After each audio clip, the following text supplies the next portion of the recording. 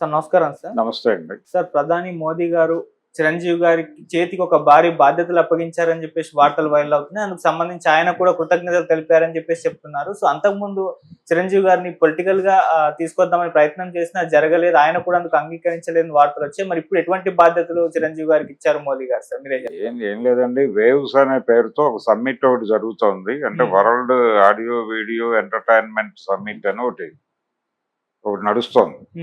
అది దానిని ఎలా నిర్వహించాలంటే, ఇండియన్ సినిమా అనేది ప్రస్తుతం గ్లోబల్ మార్కెట్ని టార్గెట్ చేసి ముందుకు వెళుతున్నటువంటి సందర్భంలో దానికి కొంత ప్రోత్సాహాన్ని ఉత్సాహాన్ని ఇవ్వటంలో భాగంగా ఈ వరల్డ్ సమ్మిట్, ఇది world audio video visual and entertainment సమ్మిట్గా నామకరణం చేశారు.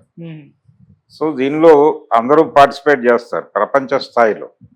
ఈ పార్టిసిపెంట్స్ ఈ వ్యవహారాలు ఎలా నడపాలి, దీన్ని అంటే ఇది సినిమా పరిశ్రమకు ఉపయోగకరంగా ఎలా నిర్వహించాలనే దానికి సంబంధించి ఆయన చాలా మందితో సలహాలు సూచనలు తీసుకుంటూ వీళ్ళందరినీ ఆ సమ్మిట్ నిర్వహణ కార్యక్రమాల్లో బాధ్యులుగా మార్చేటువంటి ఒక ప్రయత్నం చేశాడు ఆయన. ఈ ప్రయత్నంలో భాగంగా చిరంజీవి గారితో ఆయన వీడియో కాన్ఫరెన్స్లో మాట్లాడారు. ఆ వీడియోను కూడా చిరంజీవి గారు షేర్ చేశారు. అయితే ఇక్కడ కేవలం ఆయనతోనే కాదు, అమితాబ్ బచ్చన్తోనూ నడిచింది ఇది. నాగార్జున కూడా ఉన్నాడు, రజనీకాంత్ ఉన్నాడు, మిథున్ చక్రవర్తి ఉన్నాడు, ఇంకా ఉన్నారు. ఆయన అంటే గతం నుంచి కొంత బీజేపీ అనుకూలంగా వ్యవహరిస్తున్నటువంటి వాళ్ళు కూడా ఉన్నారు దీనిలో, ఇండస్ట్రీ నుంచి.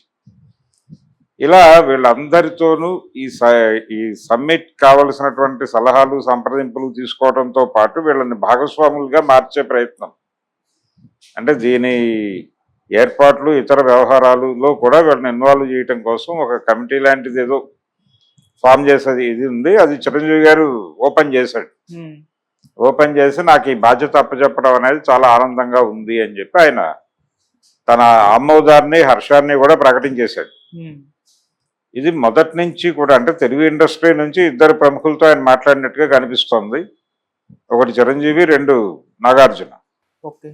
అయితే రాజమౌళి వీళ్ళు కూడా ఉన్నారు. నెమ్మదిగా వీళ్ళందరినీ ఇన్వాల్వ్ చేయొచ్చు, అంటే వీళ్ళు ఆర్గనైజ్ చేస్తారు ఎవరికి ఆ ఇండస్ట్రీ నుంచి.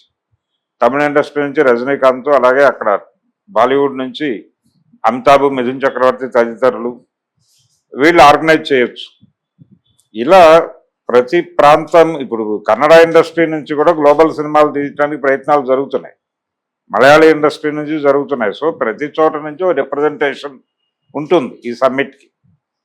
అలా ఈ సమ్మిట్కి సంబంధించిన వ్యవహారాలు మాత్రమే చిరంజీవి గారితో మాట్లాడారు అనేది ఆయన చెప్తున్నాడు. ఇంకా నాగార్జున గారు ఎక్కడా షేర్ చేసుకోలేదు. నాగార్జున గారు కూడా ఉన్నాడు దీనిలో. అయితే ఆయన మొన్న పార్లమెంటుకు వెళ్ళి వీరి కుటుంబ సభ్యులు అందరూ కలిసి అక్కడ, అంటే త్వరలో రాబోతున్నటువంటి అక్కినేని బయోగ్రఫీకి సంబంధించిన వ్యవహారాలకు సంబంధించి ఆయన ఈ మధ్య మన్ కీ బాత్లో మాట్లాడాడు నాగేశ్వరరావు గారి గురించి.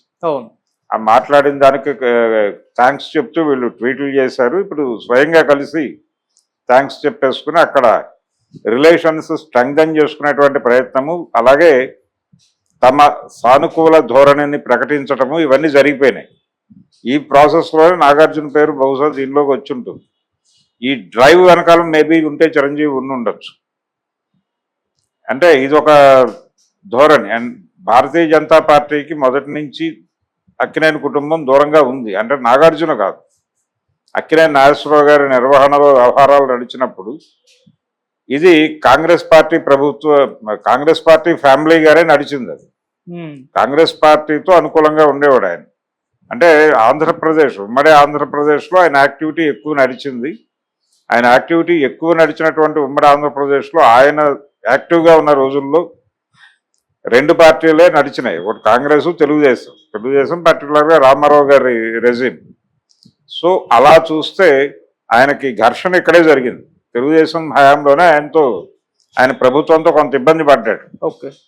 అంటే ఆయన స్టూడియోకి కేటాయించినటువంటి స్థలాన్ని తిరిగి హ్యాండ్ ఓవర్ చేయమని వాళ్ళు నోటీసులు ఇవ్వడం, ఈ గొడవ, ఆయన టింబర్ ఎస్టేట్ పెట్టడం, అన్నపూర్ణ టింబర్ ఎస్టేట్స్ అనే పేరుతో చదలవాడు వారి సహకారంతో ఆ దుకాణం పెట్టడం, అది కొంత వివాదాస్పదమైన వాళ్ళు నోటీసులు ఇవ్వడం, ఆ గొడవ తెలుగుదేశం హయాంలో జరిగింది.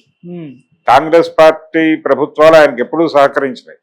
ఆయనకి స్టూడియోకి స్థలాన్ని కేటాయించటము, ఈ వ్యవహారాల్లో ఆ రోజుల్లో ముఖ్యమంత్రులుగా ఉన్నటువంటి పర్టికులర్గా బ్రహ్మానందరెడ్డి గారు, వెంగళరావు గారు, చెన్నారెడ్డి గారు చాలా సహకరించారు ఆయన అక్కినేని నాగేశ్వరరావు గారికి. ఈ రోజున హైదరాబాదులో అక్కినేని ఫ్యామిలీకి ఒక బలమైనటువంటి పునాదులు ఏర్పడటంలో, ఆ ఏర్పడటం వెనక కాంగ్రెస్ ప్రభుత్వాల కంట్రిబ్యూషన్ ఖచ్చితంగా ఉంది. అంటే ఆయన ఎర్లీ డేస్ నుంచి కూడా, అంటే రోజులు మారాయి సినిమా శతదినోత్సవం హైదరాబాద్లో జరిపారు. హైదరాబాద్లో జరిపినప్పుడు ఇక్కడ కొండ వెంకటరంగారెడ్డి గారు, రంగారెడ్డి జిల్లాని ఏదైతే చెప్పుకున్నాం, ఆయన ఆ సభలో పాల్గొని మరీ చెప్పాడు, అయ్యా ఇండస్ట్రీకి సంబంధించి ఇక్కడికి వస్తే కనుక మేము అన్ని సహకారాలు అందిస్తామని. అప్పటికి ఇంకా ఆంధ్రప్రదేశ్ ఏర్పడలేదు, హైదరాబాద్ స్టేట్గానే ఉంది. ఆ టైంలోనే ఆ హామీ పొందాడు ఆయన నాగేశ్వరరావు గారు. ఇలా ఆయన జీవితంలో కాంగ్రెస్ పార్టీ ఆయనకు అనుకూలంగా వ్యవహరించడం, ఆయన మీద అభిప్రాయం ఇండస్ట్రీలో ఉన్న చాలా మందికి ఉండేది. ఎస్వి రంగారావు గారు లాంటి వాడు ఓపెన్ గానే మాట్లాడేవాడు ఆ విషయాన్ని. ఇది ఒక కథ, ఒక చరిత్ర. అయితే ఇప్పుడు అందరినీ కూడా తన కంట్రోల్లో తీసుకునే ప్రోగ్రాం బీజేపీ డిజైన్ చేసింది. ఆ మధ్య అమిత్ షా గారు వాంటెడ్ గా చాలా మంది కళాకారుల్ని కలిశాడు, ఒక ప్రోగ్రామ్ గా పెట్టుకుని. ఎన్నికలకు ముందు ఆయన ఎన్టీఆర్ని కలిశాడు, నిఖిల్ని కలిశాడు, అందరినీ కలిశాడు. అదొక క్రమం. అంటే ప్రతి ఒక్కళ్ళని ఎవరిని లూజుగా వదిలిపెట్టకుండా ఎక్కడ ఏ పాపం ఉందో అన్న టైప్లో ప్రతి ఒక్కళ్ళని కంట్రోల్లో తీసుకునే ప్రయత్నం చేస్తున్నారు. ఆ ప్రయత్నంలో భాగంగానే చిరంజీవి గారి ద్వారా నాగార్జున్ని కంట్రోల్లో తీసుకున్నారా అనేది ఒక డౌట్ ఉంది ప్రపంచానికి. అది నిజం కావచ్చు, అబద్ధం కావచ్చు. అబద్ధం కూడా అయ్యే అవకాశం ఉంది, ఎందుకంటే వాళ్ళు నేరుగానే ఆపరేషన్ చేస్తారు. ఆ ఆపరేషన్లో భాగంగానే నాగార్జున గారి ఢిల్లీ పర్యటన, ఆయన సకుటుంబ సపరివార సమేతంగా వెళ్ళి వారికి ఒక నమస్కారం పడేసి వచ్చేసాడు. ఈయనకుండే సమస్యలు ఈయనకున్నాయి. సో అలా గుడ్ రిలేషన్స్లోకి వెళ్ళటం అంటే ఈయన ఒక రకమైనటువంటి యూటర్న్. అక్కినేని కుటుంబానికి సంబంధించి యూటర్న్గా చూడాలి. ఇలా అందులో భాగంగానే ఈ అంతర్జాతీయ సమ్మిట్ ఏదైతే వాళ్ళు అనుకున్నారో, ఈ సమ్మిట్ లక్ష్యం ఏంటంటే గ్లోబల్ మార్కెట్కి ఇండియన్ సినిమాని అలా అనుసంధానం చేయటం అనేది ప్రోగ్రాం. ఈ అనుసంధానం చేయటంలో కేవలం వీళ్ళు మాత్రమే కాదు, టెక్నీషియన్స్, ప్రొడ్యూసర్స్ వీళ్ళందరూ పార్టిసిపేట్ చేస్తారు. కాబట్టి ఇది ఇక్కడితో అవలా, ఇంకా ఉంది. ఈ నెక్స్ట్ వ్యవహారంలో డైరెక్టర్లు రావచ్చు. మోడీ గారు నేరుగా రాజమౌళితోనూ వీళ్ళతో కూడా వీడియో కాన్ఫరెన్స్ ద్వారా మాట్లాడవచ్చు. ఈ సమ్మిట్ జరిగే వరకు కూడా దీని మీద ఫోకస్ ఉంటుంది. ఈ ఫోకస్లో నడుస్తుంది. అదే దాదాపు చిరంజీవి గారు దీన్ని నర్మగర్భంగా వివరించి చెప్పాడు ప్రపంచానికి. సో ఆయనకి ఆల్రెడీ చాలా కాలంగా ఆయన టెక్నికల్గా కాంగ్రెస్ పార్టీ సభ్యుడైనప్పటికీ ఆయన భారతీయ జనతా పార్టీకి చాలా అనుకూలంగా నడుస్తోంది ఆయన ప్రయాణం. ఆయన రాజకీయ సన్యాసం ప్రకటించి సినిమాయే నా జీవితం అని ప్రకటించిన క్షణం నుంచి ఆయన నర్మగర్భంగా బీజేపీతోనే ప్రయాణం చేస్తున్నాడు. దాన్ని మనం ఐడెంటిఫై చేయాలి.